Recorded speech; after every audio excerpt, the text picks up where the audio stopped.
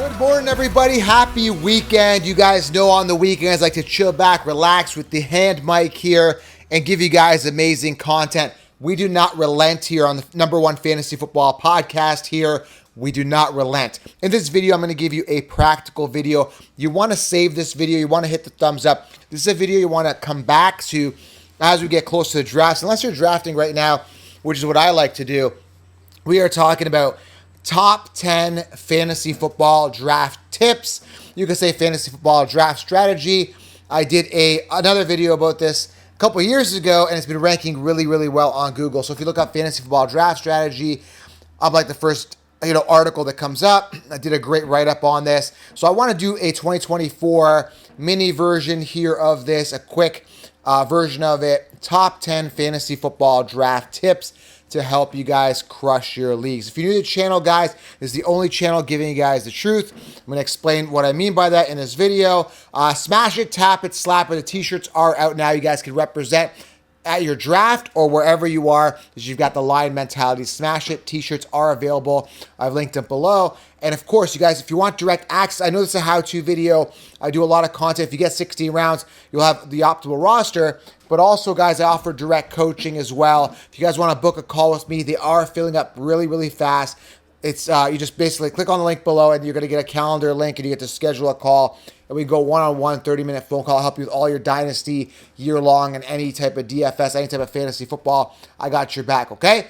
Book a call, grab the 16-round draft social. It's going to help you guys crush your leagues, and grab a ticket to the Fantasy Sports Summit as well. Those are the plugs, guys, and everything I plug I feel has immense value for you guys. I create products that I would have wanted before I started doing what I'm doing, if that makes sense. That's why I got into this industry, because I didn't like the way things were being done, which I'll get to in a second as well. Smash it, tap it, slap it. Let's get into the top 10 tips for fantasy football 2024, how to dominate your leagues. Let's get to it, all right? The first tip, all right? This is a common sense what I talk about in all my videos, but I have to talk about this, okay? Tip number 1, don't listen to the sheep, okay? Don't listen to other podcasts. Now, I don't listen to other podcasts, but I've been actually kind of focusing a little bit, going to see who else is putting out content out there. And man, oh man, it just makes me feel better that I actually started this brand back in 2016. Seems like there's a lot of new people trying to come out and think that they could do this. And a lot of the older guys are still in their old ways, giving out bad advice. What I mean by don't listen to the sheep is very simple, guys. These guys literally have no balls. When I say no balls, like literally, like none. Like I don't know whether they got them removed or like I don't know what's going on with everyone giving out fantasy football advice, but they literally have zero balls, okay? And what I mean by that is, and you can say literally as well, it's very possible that it's literal, is that these guys offer terrible cookie cutter advice, meaning they take last year's top finishers and they tell you to draft them again. And what's even worse is that they don't see things. Example, I'll give you some examples last year that I keep referring to because I think they're outstanding examples. Number 1, Tony Pollard was coming off as a top 8 pick in the first round last year. I told everybody, and it was so obvious to me, but yet some other people did. Everyone didn't see it. Tony Pollard was going to be a bust because he wasn't a true RB1. He didn't have that caliber. He was never that good. He was a 2019 pick. He was a backup to Zeke for years. And yet nobody was mentioning not to draft Pollard in round 1. It was ludicrous, guys. Also, a good one is Sam Laporta. How did you not see that he was going to break out? I told everybody in the 16-round draft session, grab Sam Laporta and don't be shy that he is going to be your tight end 1. Don't be shy with that, okay? I looked at the opportunity, looked at the talent, looked at everything, which these tips are going to help you with, right? And I was able to say, hey, man, Sam Laporta is going to break out. Yet nobody was talking about him. They may have mentioned him, but he was ranked 21st, I believe, amongst tight ends. So tip number 1, guys, don't listen to the sheep. They don't have your best interest at heart, and they're literally playing it safe. They're just saying the status quo. They're just like, hey, this guy finished on top last year. Draft him again in this order. And the reason they do that is because they want to play it safe. Yet they don't realize, they do realize actually, but they're stupid, is that you're wrong every year. And yet they just kind of forget that it all happened. Does this make sense? So like last year, Austin Eckler, top 2 pick last year. And like nobody's talking about him. And like they're not going back and saying, hey man, we were wrong about Eckler last year. We're stupid. Like, like why aren't they going back and saying that? Or they told you Dalvin Cook round 5. I said, dude, he sucks. He should have even been acquired to the Jets last year. Brees was the guy. Or Mike Williams round 5. I'm like, can't you guys see for the past 20 years this guy gets hurt every single year? Why are you drafting him in round 5? It's stuff like that they don't see. So I cannot emphasize this tip enough. Do not listen to the mainstream sheep. They will lead you astray. They don't care about your interest. That's why you guys got to smash a tap and hit the thumbs up, turn on the bell. So if you guys actually want to win and you care about your leagues, like I care about your leagues, I actually care about you winning, hit the thumbs up and grab the 16-round draft solution, okay? Tip number 2.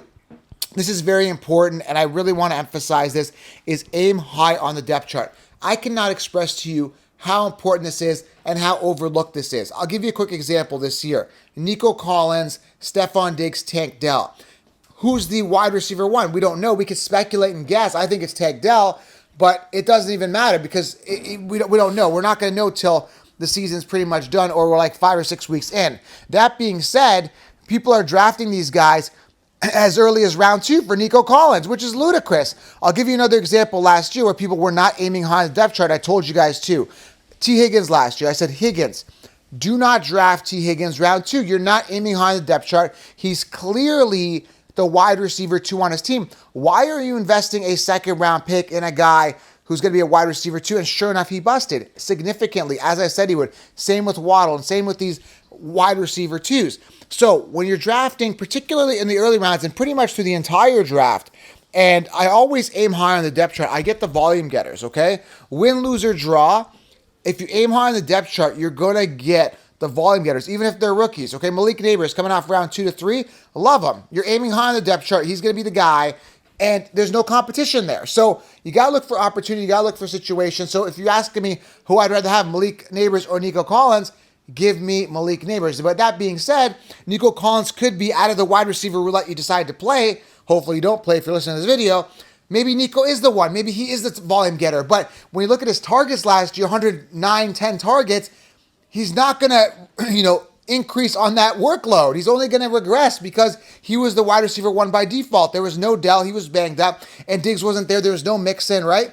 So you got to look at the new situation. You don't say, well, he finished on top last year. I'm going to draft him again, predicated on last year. So aim high in the depth chart. And going back to the first tip, don't list this sheep because they're leading you astray.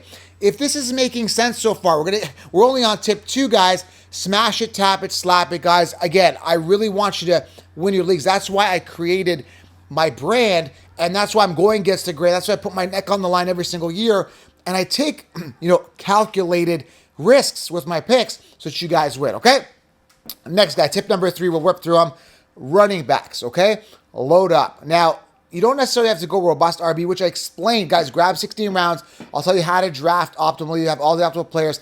You don't necessarily have to go robust this year, but I will tell you, you still want to secure an ace running back. This is a scarce position. That being said, there is value. Guys like Zamir White this year, and I won't give you all my sleepers here, but there is other running backs that are going to break out, that are going to be amazing this year, which I lay out in 16 rounds.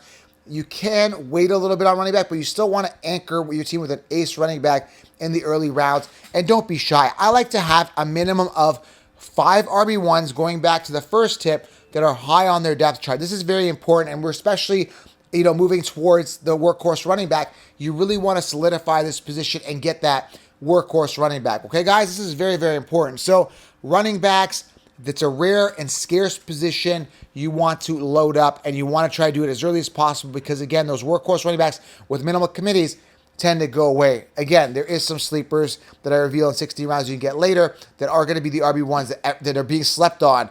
Big time value, okay? But I will tell you this, there is more value later, more wide receiver 1s, example, Ladd McConkey, Calvin Ridley's, George Pickens, that you can get later, mid to late rounds for value than there is running backs. Because, again, running backs, you want to load up early, top heavy, because there's less of them later. There's more wide receivers. Does that make sense, okay? All right, guys, let's get to tip number 4 here. Backup plan for a backup plan, all right? Back up your quarterbacks. If you have 1 quarterback, get 2 quarterbacks. If you have 2 quarterbacks, get 3 quarterbacks. Does that make sense? If you're in a 2-quarterback league, get 3 quarterbacks. So this is very, very important because you have to have a belt and suspenders mentality. Going back to that other tip about the running back depth, right? Load up. Always have a lot of depth and always back yourself up. The way I draft, honestly, guys, is that I don't even want to rely on the waiver wire because I know who the potential breakouts are. I know who the sleepers are. I know who the late round steals are. And what I push for in my league specifically is to make sure that we have a lot of bench spots, okay? Because the more bench spots you have, the earlier that I draft, the more successful I do, the more successful you do, because you know this before it starts breaking out, the players start breaking out, okay? Now, if your league doesn't have a lot of bench spots, that's okay. You want to, save some of that waiver wire budget if it's an FAAB, free agency acquisition budget, depending on what your budget is. You want to save a little bit of that, but listen, you always want to try your best to back up your players and have depth. Again, 2 quarterbacks in a 1 quarterback league to cover bye weeks, potential lack of performance and injury. Always have a backup plan, belt and suspenders. You got to think like that because, you draft a person in round 1, they get hurt, then what? Do you have another guy, going back to my other points, at running back that's high on his depth chart that's going to take over that RB1 spot? That's why I tell you, aim high on the depth chart. You don't want to be drafting backups or wide receiver 2s or running back 2s and 3s that, just because you know their name or something like that. You want to make sure you have a backup plan for a backup plan, all right? Next one's very important. Anchor your team with an ace quarterback. I cannot emphasize how important this is.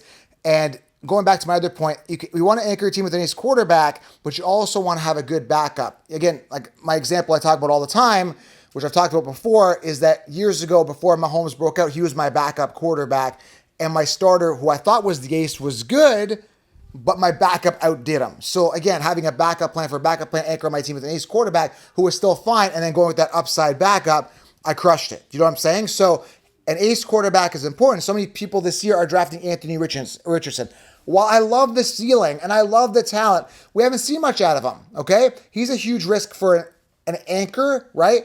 He's more of a good backup, but his ADP isn't coming off to be an anchor. Does that make sense? You're better off getting another guy later who's going to be your backup and getting a guy who's a little more solidified, like your top 5 quarterbacks. Does that make sense, okay? So anchor your team with an ace quarterback. Don't take risks with your quarterback 1, if that makes sense. And that being said, Anthony Richardson come in could be a top 2 quarterback this year, okay? And I could be wrong, but there is safer quarterbacks. There's so much depth at the position, especially at a 1 quarterback league, where you want to make sure that your ace quarterback is a guy that's proven and can do it, okay? Number 6 here, this is very important, and I tell you exactly which tight end to grab, but grab the right tight end. So many people are like, oh man, I got to get Kelsey early, or they spend an early draft capital this year. Laporta's going off early, and they could be the right tight ends. They're proven. But how do you find the right tight end? I lay this out in 16 rounds, and I do the research for it. I tell you who I like this year a lot at tight end and who to back him up. I'll give you the ultimate tight end combo this year without having to spend a pick on Laporta. But you want to make sure you grab the right tight end, and you don't want to overpay. For years, I've never, ever, ever invested early in a tight end. This year, I don't mind Laporta, actually, simply because I don't like those options in round 2. Guys like Nico Collins and other guys that are coming off that I don't feel as warm and fuzzy about, right? And Laporta is an attractive, safe option in round 2 over some of these wide receivers that will be drafted around 2 to 5. So typically, I don't go for that, that tight end, super early. That being said, you can still find, Laporta still can be good, and you can still find some value at tight end in mid to late rounds and those upside guys. But again, you want to make sure you have a tight end that gets you 10 points, okay? But you got to grab the right one. You don't want to completely get a guy that's going to bust and not give you any points. You want to make sure, I've always said this, my tight end, if he gets me 10 points a week, I'm happy. That's the position I kind of make a little bit of a sacrifice, I would say, with. But this you don't have to, because I kind of hacked and figured out which tight ends to get. So, but typically, it's always been that way. I've always get the value tight end. Last year, I was fortunate. I spotted out Sam Laporta, and there is other gems that could be the next Sam Laporta this year, okay? All in 16 rounds. The next one, this is very, very important. Very, very important. Take calculated risks. Notice the word calculated, right? And again, if you guys want direct coaching, I walk you through this. I've linked it below. Book your time with me. I explained which risky picks you can get mid to late rounds that'll crush it for you. But taking risks, guys, you don't want to play it safe, right? You don't want to get running backs that are safe. Quick example this year. Round 5, Aaron Jones, I think, is coming off round 5, give or take, and Zamir White. Give me the upside as Zamir White over Aaron Jones, who got hurt last year, new team, old running back, new team. It's not even a risk to go Zamir White because he is primed to be the workhorse guy. But what I'm saying is, in the early rounds, you want to still anchor your team with kind of guys that are proven to some degree or are in a great position to succeed. Guys like Marvin Harrison, for example, Malik Neighbors. You want to get guys that are high on the depth chart that are really primed. And then later, you want to take some calculated risk and go for some guys that have that home run ability. Example, Blake Corum, who could be an absolute beast, right? You get him, you think he's a backup, but it could be a Blake Corum show, or, you know, Kamali Vidal, right? I can't even talk right now.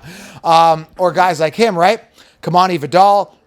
You get them later who can be the ones on their team. You're okay with taking some risks, you know, after the sneaky seven. You know, you draft your sneaky seven, which include ace quarterback, your workhorse running backs, some guys on top of the depth chart at wide receiver, and then you can really take some risks on guys that have massive upside, which I lay out in 16 rounds, okay? But you can't be afraid. You can't just draft names because, oh, I know Odell's name, I know Aaron Jones' name, I know these guys, you know? You can't just draft players because they have a well-known name. You got to take a little bit of risk. Maybe draft a couple rookies in there. I'm very heavy on rookies this year, okay? So take some risks, okay? Number 8, this is very, very important. Know the ADPs and anticipate. You got to be able to anticipate by doing a bunch of mock drafts and know where the current average draft positions are. So let's just say you want to take a risk on Ladd McConkey 2 rounds earlier because you're afraid he's going to go and you love his upside like I do. I love Ladd McConkey this year. Then you're going to want to know where his ADP is so that he doesn't get, you know, taken. Now, again, I was telling people in my other video that I was in a $350 buy-in league and I really wanted Kamani Vidal and I really wanted like Blake Corum later. And sure enough, there's other players I wanted too. And I'm like, and who was the other guy I wanted? Oh, Trey Benson I wanted too. So I went Tajay, and then out goes Trey Benson. I'm like, Trey Benson's gone. And the guy went Trey Benson, Blake Corum back to back. Dude, I was losing it. Then I had to get another guy, and then he went Kamani Vidal. And there's certain sleepers that I wanted, and this guy just took them all. He must have got 16 rounds or something. It was really frustrating. But you got to, even though I knew to anticipate, you know, when these guys were coming off, this guy was taking guys off in a dynasty league. Some of these rookies were coming off 4 or 5 rounds ahead of their ADP. Like, I really wanted Keon Coleman in one league, and this guy drafted him 5 rounds ahead of his ADP. I'm like, dude, like, what am I supposed to do? I was planning to get Coleman 2 rounds ahead of his ADP. So you got to really know the ADPs. If there's a player you want, you got to really, really get him rounds before, you know, he's going to come up, because someone else will take him, and then you're guys going to be really pissed, okay? So number 8, anticipate. Hey, that rhymes. I didn't even plan that. All right. Number 9 is the Cuddy system. There's a thorough ranking system in my brain that I've created, the Cuddy system, Cuddy, where I run this process in my head. If you're familiar with the channel, you know what this is. I run it before I select any player. And the Cuddy system is very simple. Consistency, upside, durability, depth, and youth. Is the player going to be consistent week in, week out, day in, day out, game in, game out, year in, year out? Is he consistent? Does he have upside? Okay, what differentiate? What's an upside? Well, upside is, does he have a good quarterback throwing him? Is he high on his depth chart? Like, you got to look at, is the player talented enough to really boom that year? I like upside players that are in great positions. So consistency, upside, durability. Is he durable? Guys like Christian McCaffrey didn't play, you know, he's doing well. He's durable the past 2 years, but before that, you know, he basically missed, you know, played 10 games in 2 seasons. You know, just for that, I've been turned off of him. You know, there's other guys that just can't stay healthy. Joe Burrow, no durability whatsoever. Okay. You know, guys like him, I stay away. Mike Williams is a perfect example. Why would you draft Mike Williams round 5 last year if he wasn't durable? Not on the Cuddy. His Cuddy score takes a dip. So consistency, upside, durability, depth. Depth is the 4th one. High on the depth chart. I don't go for wide receiver 2s as much as possible. If I get a wide receiver 2, it's later, guys, and I get them like after round 10. And those guys have a chance to be the one. And then youth. I like younger players typically. Now this year there's a couple older players I like, but typically I'm aiming for young guys that have massive upside. Example, I'd rather have Bijan over Christian McCaffrey. That's just how I roll. I like the youth, okay? And the last one here, this is very important, probably the most important one out of all. Before I get into it, guys, make sure you guys smash it, tap it, slap it, grab 16 rounds, grab a ticket to the summit, and book your direct call with me. I'll help you guys crush your leagues, all right, guys? So the last tip, this is very, very important, very, very important. This is so crucial, is you got to have a line mentality and you got to be confident in your team. You got to have your own convictions. So if you're torn between 2 players in round 1, you got to go with your gut, okay? If it's like, okay, I like this guy, Bijan or Brees. It's literally a coin flip. My gut's telling me a little more Bijan, right? and your gut may be telling you Brees.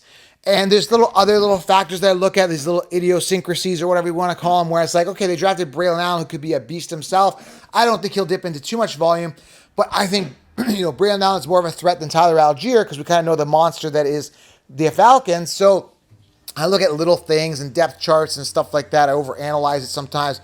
But at the end of the day, man, you got to have your own convictions and you got to have a line mentality and believe in your team. On paper, these sheep rankings, again, remember, tip number one, don't listen to sheep.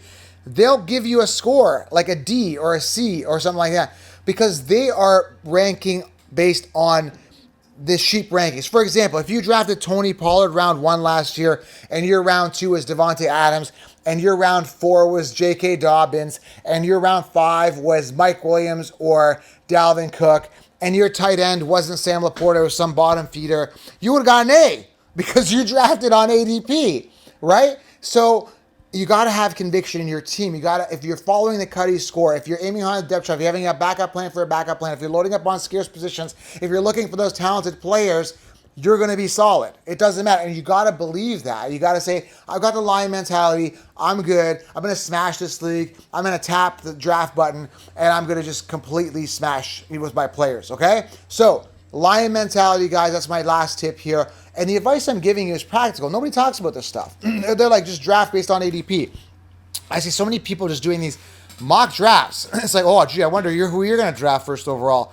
CeeDee Lamb or Christian McCaffrey. Like, there's no thought process. They're not thinking. They're like robotic, non-playable characters, NPCs. Everybody in this industry is an NPC.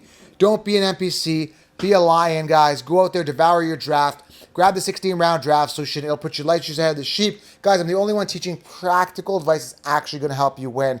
Those are the top 10 fantasy football tips and a practical strategy to help you guys win. Subscribe, thumbs up, hit the bell, turn on that bell for NFL news, notes, and winning fantasy football advice. I'll see you guys in the next video. Have a great weekend. I'm out.